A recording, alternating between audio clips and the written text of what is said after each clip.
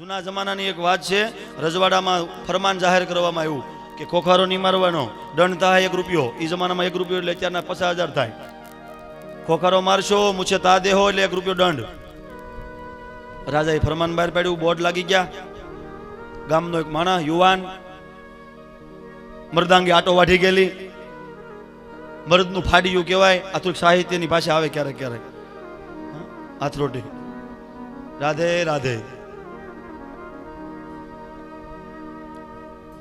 ખોખારો મારે, મૂછે તા દે, રૂપિયો દંડ ભરે, ઉયો જાય. 1 દી 2 દી 6 મહિના સુધી આવ્યો.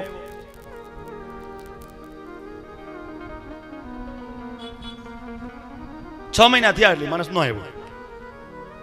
રાજાએ બોલાવ્યો, યુવાનને કીધું, યુવાન આવ. રાજાની સામે આવીને ઉભા રહ્યો, બાપુ કઈ ભૂલ હોય તો માફ કરજો, કઈક બોલાઈ ગયું હોય, કહેવાઈ ગયું હોય. કે તે ખોખારો કા બંધ કરી દીધો? તારા ખોખારો તો મારું રાજ હાલે છે, તારી જેવા મરદની અહીંયા જરૂર છે. તારા ખોખારે તો મારું રાજ હાલે છે, હું જોતો તો કોણ કોણ મરદ છે. પૈસા ખૂટી ગયા, તારી મરદાંગી ખૂટી ગઈ. પૈસા ખૂટી ગયા હોય તો હું પૈસા આપું તને, દંડ ભરતો જા અને ખોખારો ખાતો જા. કે બાપુ મરદાંગી નથી ખૂટી, પૈસા નથી ખૂટ્યા, પણ ગઈ કાલે મારી ઘેરે દીકરીનો જન્મ થયો છે. હું દીકરીનો બાપ છું, મારથી ખોખારો ન ખવાય. દીકરીને પ્રેમ કરજો, દીકરીના પૈસા નહીં લેતા. સમૂહ લગ્ન કરજો. કવિ લખ્યું છે, દીકરી મારી લાડક વાઈ, લક્ષ્મીનો અવતાર.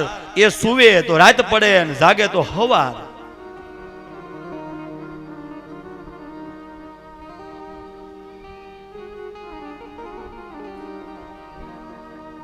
દીકરીના પૈસા નહીં લેતા, દીકરીની સંભાળ લેજો.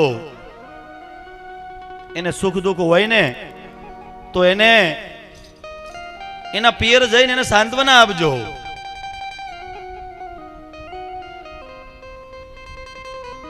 અને કાંઈ તકલીફ હોય ને તો કાંઈક રસ્તો કાઢજો, બેહાડીને સમજાવીને નાવીને. અને થોડુંક ભગવાન ઉપર છોડી દેજો કે હે ઠાકોરજી, અમારું બધું હારા વાના કરજે.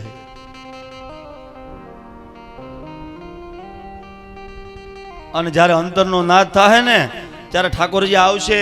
આજો આ હરાણામાં આવ્યા, હા ગોકુળમાં રમવા મળ્યા, આનંદ થવા મળ્યો, તમે બધા રાજી થયા.